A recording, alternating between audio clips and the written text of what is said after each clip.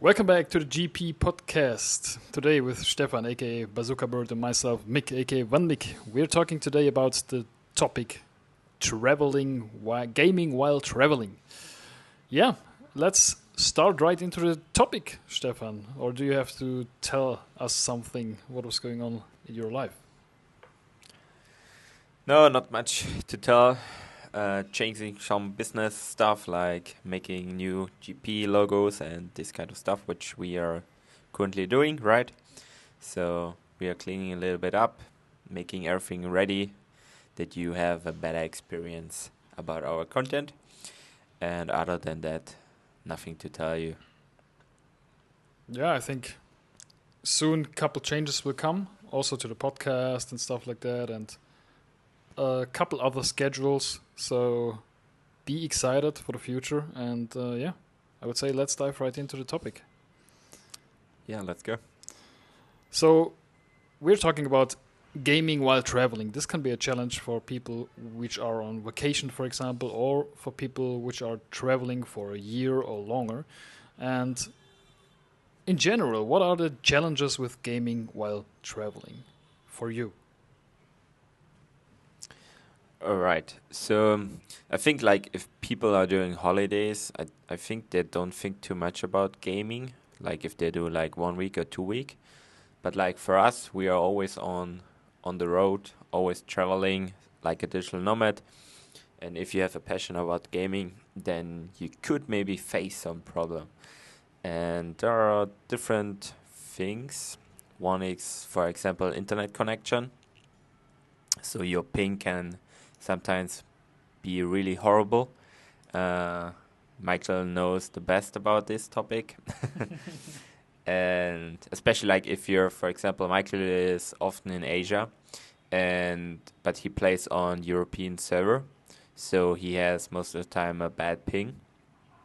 So that's one problem, for example. Other problem is equipment. If you think about like, for example, if you travel where you cannot grab your PC and your monitors and all this kind of stuff with you, you could, but would be horrible to travel with. So you will most likely have a laptop. And for us, for example, we have a MacBook, so we also have their problems because most of the games are not compatible with the iOS system. So we can only play a couple of games.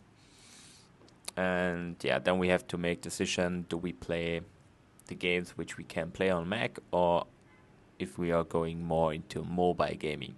That's why we also talk often about mobile games, because during traveling, that's one thing you can do with most of the games actually. And what else? I think that's from my side for now. Yeah, definitely. I think one of the biggest struggles is when you, for us, for example, playing World of Warcraft, and as I said, all the characters and stuff like that are on an European server, and you're in Asia, for example, or in the US, then you have a baseline ping of 250 or something like that. It's still very good playable, and I actually don't think in the low elo that it will affect you, but yeah, you have a basic ping, and the further you're away, for example, when you're in Japan, that's probably the furthest you can go. Then you have a baseline ping of 350, for example. So yeah, ping is one thing. When you, for example, play League of Legends or something like that, then it would probably affect you, I think. Yeah. But other than that, yeah, I think one big thing is hardware, because most of the gamers have a PC at home, and if they're going for I don't know, for work, travel, or something like that for a year after school, that's what a lot of people are doing in Europe, for example. Um, yeah, then they probably think about, what do I do? What would you do in this situation when you're a student, for example, you have your gaming PC at home, and you're going for 1 to 2 years traveling and working in another country. I would sell my PC, Mm, try okay. to get a laptop, Mm. And I think it depends. If gaming is important for me, then I think I would at least grab me a laptop. Or if I have some mobile games, then maybe I even don't need that. But if I still have a laptop for working or studying, then I think I will go for a laptop. Yeah. Mm. What do you think? It's I think it's a question for what kind of games you play, because you can also go for example, for a Steam Deck or something like that, and there are Mm. many options of Steam Deck kind of consoles right these times. I saw one at the Tokyo Game Show, for example, and that was impressive. It was like a tablet, small laptop, and a gaming console in one. So you can also connect it to a big desktop or a big TV, and it's like PS5 then, because it can Nice. play all the great AAA games and in a nice graphic. So that was impressive. So that could also be an option, but it depends on, yeah, as you said, if you're studying and you already have a PC or you have to buy a PC, then I would probably go for something like a gaming laptop or something like that. Then there you can study very good Yeah. on it and play most of the games because it's Windows. It's probably like the gaming PC at home. For us, it's a little Yeah. bit different. we are Yeah. we are completely in the Apple system because it's very Yes. very convenient for work. And there it's not so easy to play games. And as we said, the only games the only big games we can play is World of Warcraft, League of Legends. I think that's it, right? Maybe That's it. Yeah. yeah, maybe a couple other games Yeah. on Some. Steam. Yeah. Some other games from the Battle.net, like we can play Diablo version. We could play, I think, even Overwatch 1, but Overwatch 2 Really? is not possible anymore. Yeah. Okay. Hearthstone we can play. Hearthstone. So a couple other games from the Blizzard. Warcraft Activision. 3 as well, right? You played it on the Mac. Yes. Ah, Yeah. But I didn't like it actually. That's another Yeah. story. So yeah. But yeah. But talking about hardware or console, like maybe you can also tell something about your experience, like which gaming console is best for travel. You had from the Steam Deck. Yeah. As we said, I have a Mac, and in addition, I bought a Steam Deck because when Steam announced the Steam Deck, it was very interesting, and that was actually the time I went to travel and went on my journey, on my world tour, so as a digital nomad. So it was perfect, and then I bought it and tried it out, and actually every game worked on this console. That was very impressive. Every game you have on Steam worked on it, and I also brought World of Warcraft to work on the Steam Deck, but it was not convenient. You cannot play a MMO RPG with, I don't know, when you're on the laptop have 20 25 buttons to press on a console as a controller. It's not competitive. It's not nice. But in general, yeah, you can play most of the games. And recently, Dragon Ball Sparking Zero came out, and it's one of the newest. One of the newest games, yeah. And I could download it. Even Steam said it's not supported. I could download it. Played it on, I think, low to medium graphics, something like that, and it worked. It worked perfectly fine. I had 30 FPS. That's all you need. And Steam Deck is something I can recommend if you want to play a variety of games. Yeah. The only weakness of the Steam Deck is when you play strategy games like Empire Earth is old, but Age of Empires, for example, Yeah. stuff like that. It's or World of Warcraft or MMORPG or PGs. It's not possible with the Steam Deck actually. Yeah. No. All right.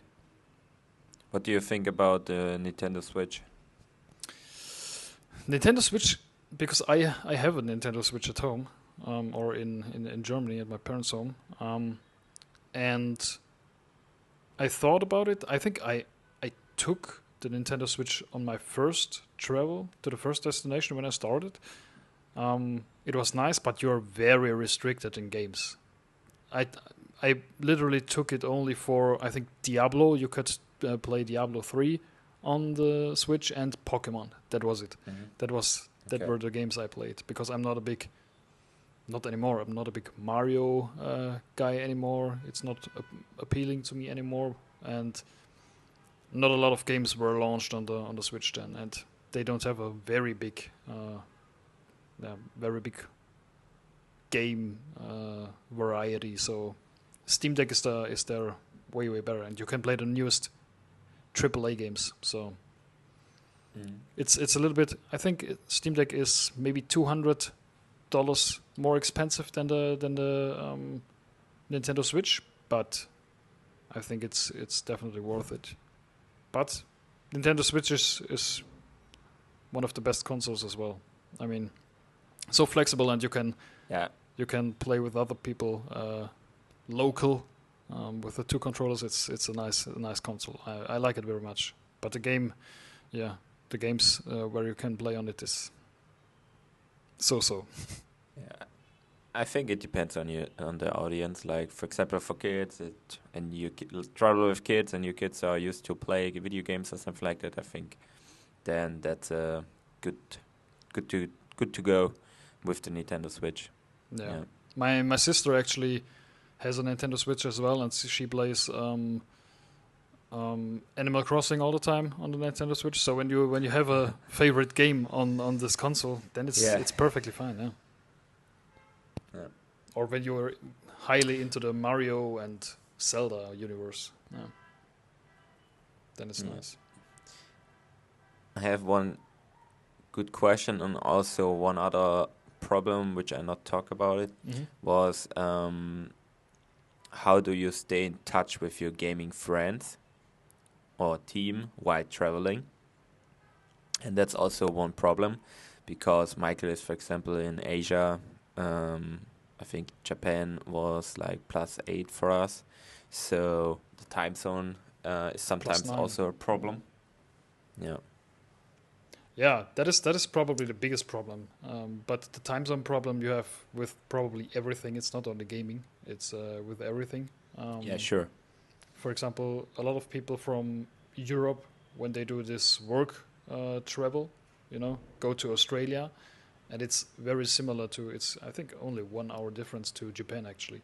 So it's +8 hours, and that's the same reason. So, for example, Stefan's cousin also invited me to raid with them in World of Warcraft, but they go raiding at 8 in the evening in Germany. 8 p.m. Yeah, right. And it's in Japan. It would be 4 or 3 in the morning or something like that. So it's the worst time ever. So that's. I don't think you can do anything against it. You only can adjust your schedule. The only thing I could play, for example, with you guys when you play in the evening would be for me when I wake up very early. So at 4 in the morning. 4 in the morning, and then go straight into gaming.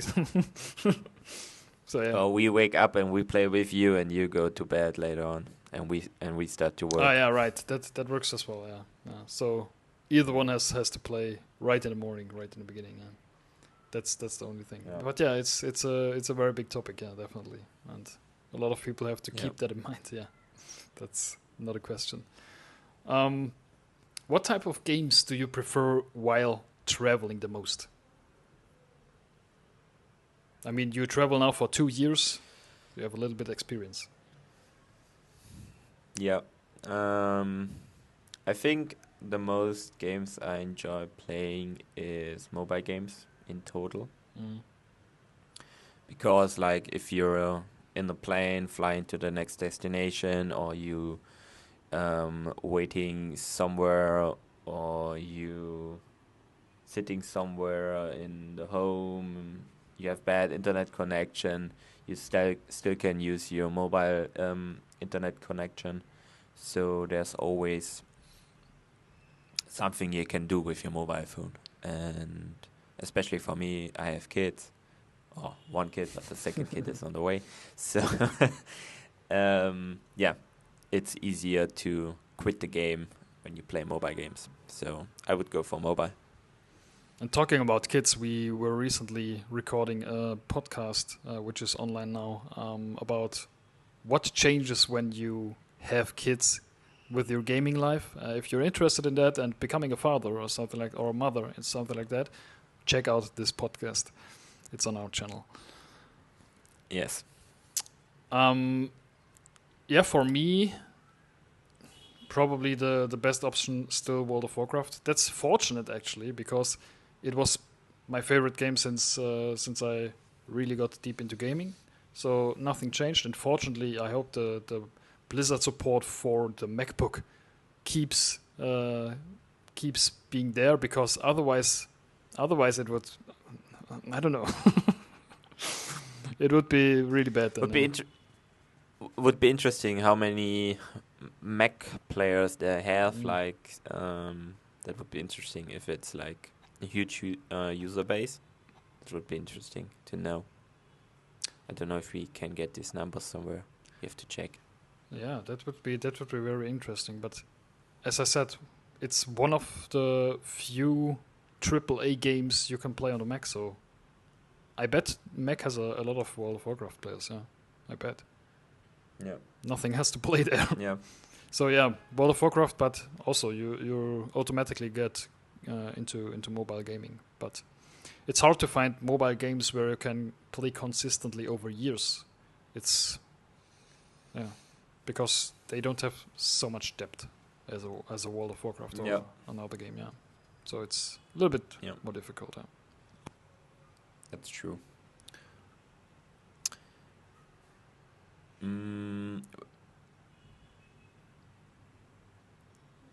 Is there, like, for example, something like you travel to a destination, and because of the destination, you are more likely to play a special game?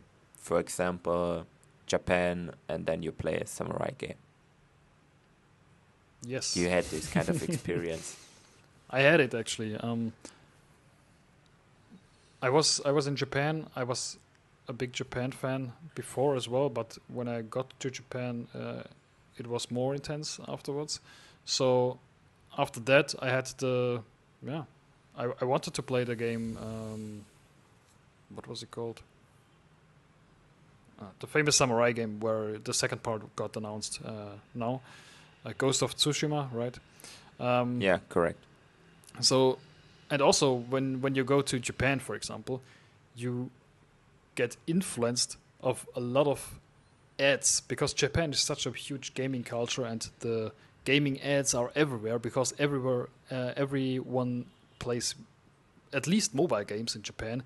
You ride with the train, and you're standing in the train, you're looking at the people, what they're gaming on their phone, and you see, I don't know, 48-old mothers on their phone playing a strategy game or something like that. Or I saw a lot of people playing Brawl Stars or League of Legends Wild Rift as well. Mostly kids, but still. Or for me, when I got to Japan, I got influenced by Genshin Impact or Wuthering Waves. And got into this because of that. So yeah, it plays definitely in a role, and you get influenced by the country in what kind of, at least mobile games, you play then. Yeah, that's definitely a thing. What about you? I think not really. But I think sometimes it's nice that you see something which you maybe saw before only in a game. So, for example, I don't know, a bad example. You've never been in Paris so far, and you played GTA 6 or something like that, and you saw it in there, and then you travel to the station, and you can say like, hey, I saw it in GTA 6 first time, now I see it in real life. So I think that's sometimes happened, but other than that, I think not that the destination brought me to a game. Yeah. That happened actually to me. I played GTA 5 a lot. Was it 5? Yeah, I think it was GTA 5 when it came out. A lot, and then I got, after GTA 5, I got the first time to the US, to New York, to Seattle, stuff like that, and everything was so familiar. It was crazy. It was like I was here before, but it was my first time. It was so familiar, and that was only because of GTA, only because of the video games. A lot of video games are playing in New York or the US. It's like going home. It's crazy. The feeling is crazy because you were so immersed into the games. I had this feeling in Mexico when the police was driving, and I felt like the police is searching for me in GTA.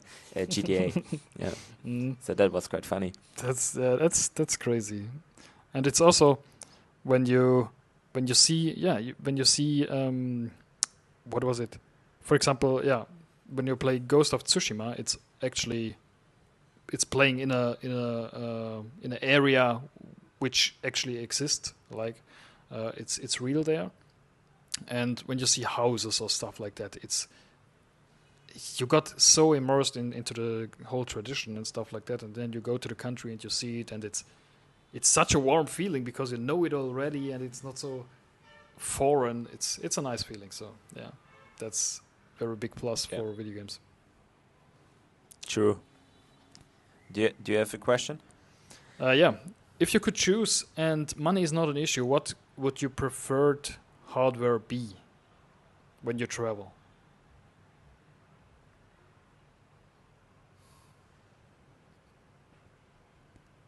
And the ecosystem is also not a problem. Okay. I think I would go with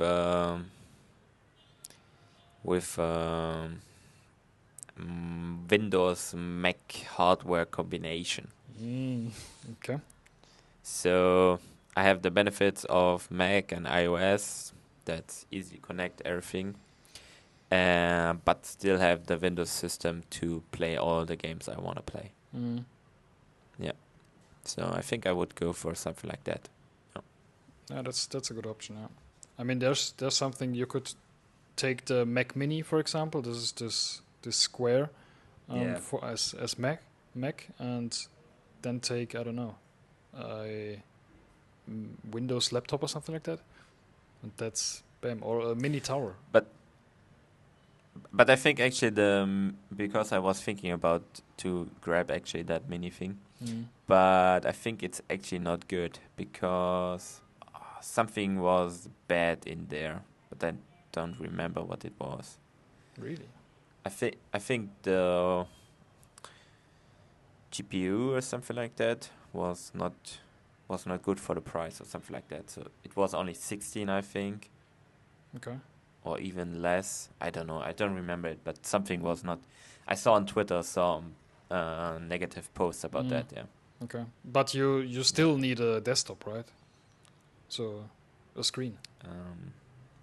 Yeah, but like I don't know if you can connect like if you need like a Mac screen. I don't know if you need one of these or if you can just connect with anything. No, I think you can connect with anything. Yeah. Okay. Yeah. But still, for example, if you stay long in a destination, you can still, for example, buy one and sell it afterwards. Yeah, true. It's not that expensive. Yeah. So, yeah. Yeah, true. But I have a nice follow up on that. Would you today maybe change or go back and buy the best gaming Windows laptop and travel with your Windows laptop instead of the Mac? Yeah, that's a good question. The thing is, the whole ecosystem is crazy. If the ecosystem would not be an issue, I think I would probably still not do it, because when I think back, I gamed on Windows laptops before. I had these before. And it was all the time the same. It was all the time like you use it 2-3 years, and then it's completely outdated. And somehow it's not true. It's not the case with or not as strong the case with the Mac. It's, I don't know, maybe it's way more powerful. I don't know what the difference is, but the Windows PCs are yeah, they get downgraded very very quickly, and yeah, that was my experience with the laptops I used to game on. Yeah, Also with the computers. you have to change a lot of parts after 2-3 years. Yeah, 2-3 years. Yeah. that's the most True. of the cycles. Yeah, it's mainly the graphic cards, no? Yeah. Mainly graphic cards.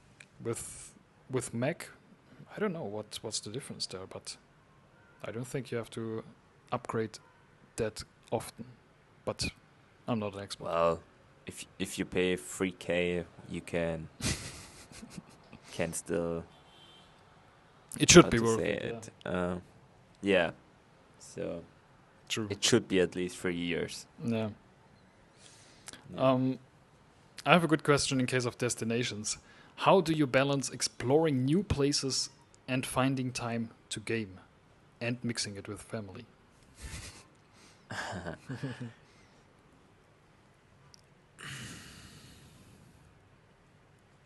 So, like, I mostly play. For example, the last month it was often that I play in the morning, because in the evening, like before, I was always playing when my wife and my kid was sleeping. Then I played like 3-4 hours into the night. Um, but then my kid was like in the mood that I have always to come with them to bed, so I couldn't play anymore in the night. So I shifted my gaming session into the morning, as recommendation from Michael. And yeah, and then sometimes I play after lunch when also they're going to bed for the nap in the during the day. So that's most of the time I play. And when I have somewhere break, for example, or if I'm driving somewhere or doing something, then I game or look what's going on Twitter. So that's my time when I do this kind of things. Yeah. Um, and in the other times, I'm working or have family time. Yeah. Yep. What's about you? Yeah, I mean, as well for people which are thinking going on those kind of trips and want to balance it with gaming as well. More likely, it's more likely that you game in the evening still. I mean, it probably does not make a huge difference to the life in Germany or in the country where you're from. So gaming will be a little bit less if you explore a lot, but you have to make priorities. It's all about priorities, right? If you're in the beginning, when I was starting traveling, the first 1.5 years probably, I was exploring a lot and all the time in the countries, and for that you don't have that much time to game for sure, but it's up to you. It's all up to the priorities. You can still game as much as back in the home country, yeah, for sure. Yeah, yeah. It's always like seasons. Like before World of Warcraft came with the new expansion, I played not that much. I was more into working, developing games, all this kind of stuff. But now the season is back. World of Warcraft new expansion, so now I'm back to gaming, and if they're doing a great job, then maybe I will still playing all the seasons all long. But let's see. Do you have another question? Off topic. Yeah, that would be great, because then we were talking about World of Warcraft at the moment, and I wanna Yes. throw that a little bit into it, because we can make a Yes. extra video out of that and post it on the channel then that people will see. Yes. Yesterday was the 30 years, I think, 30 years World of Warcraft digital showcase or whatever, and they announced what we were discussing in one of the last podcasts. the player housing for World of Warcraft. I don't know if you saw the video, but tell me what you think about that. Yeah, it was funny. I watched yesterday actually live the session because if you watch it, I think 20 minutes or something like that, then you get mounts. Oh, really? Yeah, so that's why I watched it. Good to know. But yeah, I saw then that player housing is coming, and that was huge. And well, we don't know yet how it will work. Asmon already told like they will make a lot of money because of that. Like, what was on the glass? Home is Home Sweet Home or something Home like Sweet that. Home. Home Sweet Home. Yeah, he said like that will be $4.99. Probably. So yeah, let's see. What do you think? Who was the person who went into the house? My first impression was Varian. Varian? No, I don't. I think it was Yes. a random dude. No, But he looked like him. Like I don't know. he looked like. I saw him, yeah. and that was my first impression. That's him. No, it was the And then also Home Sweet Home. Then I was thinking, okay, maybe they're doing something. Maybe he's coming from the death or something like that, and he's doing something. I don't know. It was. But it was yeah. yeah. It was weird because the character had a warrior tier 3 or tier 4 armor, and he Tier had 2, I think, Asmund said. or tier 2. Yeah, the tier we have at the 20th anniversary, and he had a weapon of the legendary weapon of the rogue. So that was a weird combination. I don't know if they think anything with that, but that was a combination that was not matching actually. But in general, what do you think? How could this whole housing from this teaser we saw? How could it look like, and how would be the process? Well, as you already saw, when he walked into the house, you saw his achievements, like a head of a drake, his weapons which he achieved, and yeah. So I think it would be nice. I already thought this morning like it will be something like maybe that if you now kill someone or do some achievement, you will get some style for your house. We still don't know how and where the house will be and how it will be look and how you can customize everything in us. Like we said in our podcast, it should be somewhere in a city, that it always goes to the next city. Otherwise, it is, again, useless. And yeah, if you can, I don't know, have portals in your house and this kind of stuff, that will be awesome. But yeah, a lot of opportunities. And let's see what they are doing with that. But yeah, I'm looking forward to it. And if they're doing great, it could be a nice feature. Yeah, it's interesting because there was a button on the roadmap, was a little button for the housing, and this was the button of probably the Hearthstone for the house. So you probably have a Hearthstone for the house. But they also told about the player housing all the time, and they don't want to do it like the garrison in Warlords of Draenor, because that everyone is only standing in the garrison and no player is around anymore. So they're aware about that, so they will not do it like this. So maybe we talked about it in the podcast before. Maybe they're going into the direction of Final Fantasy, that you have a house and all the players are in such an area. But I probably think the best option is still, as we said, taking it into the main city all the time, and it's coming all the time. It's probably like, it reminded me a little bit of, do you remember the story quest which you have to do in Dornogal, where you have to build the Alliance or the Horde base when the Alliance or the Horde is coming into Dornogal, and then you have to, I don't know, stick the spears in front of the house into the ground, put on the the carpets are and the pictures inside the room. And that reminded me a little bit of it. And maybe it will I be don't remember it. like No. that. Maybe it will be like that. That you have a house like this. It's another face probably. You can invite people, then they can visit you. But when you go outside of the house, then it's the face in the city. That's what I think. But I think they will definitely make money with it because it's a huge opportunity, bro. It's huge. Let's see if they're doing something NFT. Let's see. NFT. Yeah, small NFTs like you can put into your house. NFTs are not like similar to like microtransaction. Like, yeah. Yeah, probably. But yeah, let's see. Probably be like this. Yeah. Yeah, definitely interesting. Yeah.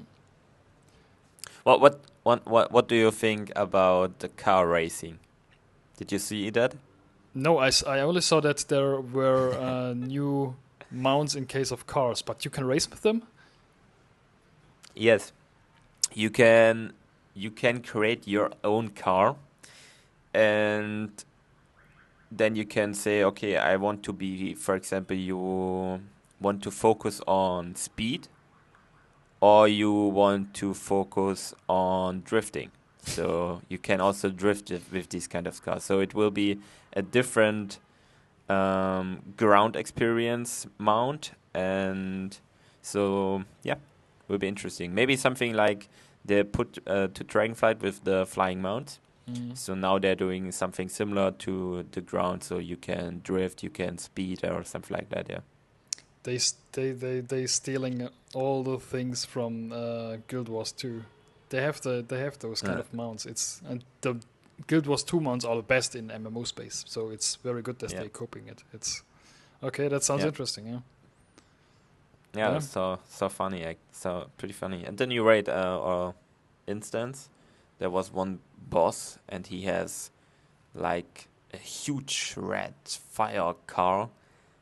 I think you can drop that as mount, and it looks pretty fucking awesome. Yeah. I saw the mecha raid. Yeah, that looked pretty cool. Yeah. And the timeline is also out. Then so now we know Midnight is coming. End of summer, right? End of summer, start of autumn. I think was the time.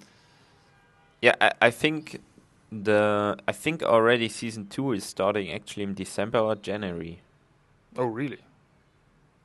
Yeah, so I already saw yesterday, and then I was thinking, oh, okay, I have to do M+ to get the mount before it's gone. So, yeah, I think season 2 is already near. I think that's the big downside. When all the seasons are going so quickly now, that for a more casual players like us, it's way harder to go to the point where your character is fully equipped. You know, when I think to Dragonflight, yeah, we played a little bit, and then our character was equipped, and then you reach the end of the character, and that's the nice thing, because every time you log in, you're very, very good equipped. So that's it's if you're more into a little bit more chill, then it's hard to get around and get everything you need. But yeah, I will try my best to get the most things you can get in season 1, which then disappeared when season 2 starts. Let's see. And I'm searching the timeline. Season 2, that means also the 20-year anniversary event is going till season 2, so probably till December or January, as you said. So that's still a good amount of time to get all the tier sets and stuff like that. Yes, and I think they already boosted again the tokens for the anniversary event. Again? It's now 400. I think it's 400%. I saw something today on TikTok. Oh, really? Yeah. If that's true, then I'm angry because I did it like. Why you do always it more easier? Come on, guys. It's 400%, that would be double from last time, right? So that means for a big world quest, you already get 20 tokens. So one set. That's crazy. Yeah. Okay, I was wrong. So so the new expansion comes in summer. Yeah. And but season 2, if I'm right, it shows not. Ah, yeah, here. Yeah, between winter and spring. So I think they called it for December. Okay, that could be possible. Yeah. But could also be January. Yeah. And that's already the Undermined. So with the new car, drive, and all this kind of stuff. Oh, really? Okay, that's quick then, huh? Yeah. Because in between there's another area coming, right? The island or something like that is coming in between. Siren Isle, Isle. or something like that. I think that's already coming next week. Next week already, okay. And it's like the island which came from in Dragonflight as well, where you can get a ring, right, and upgrade this kind of ring. I think, I don't know, maybe. I think I didn't check it so far, but yeah, a lot of stuff is coming on. Now winter is the Siren Island is coming, and then afterwards already season 2 Undermined is coming. I think maybe January, maybe December. Let's see when it's coming. And then season 3 summer is coming with the new expansion. Yeah. Yeah. That's definitely a very tight roadmap, and very good for all the players because all the players are busy all the time. Yeah. Especially the achievement players. Yes, that's true. So, yeah, I think that's it for the podcast today. Yes. And if you guys never been on Gamers Playground, go to the App Store or Google Play Store, download the application Gamers Playground, and looking for some other gamers in our application, and enjoy your time in your gaming world. Yes. And other than that, I don't have any more to say, Michael. Yeah. So just leave a like to this on this video and subscribe our channel, YouTube channel. We will have our 2 weekly podcasts still in the future. So if you're interested in gaming and wanna hear something new every week, subscribe to the channel. And yeah, I would say see you in the next podcast then. Bye bye.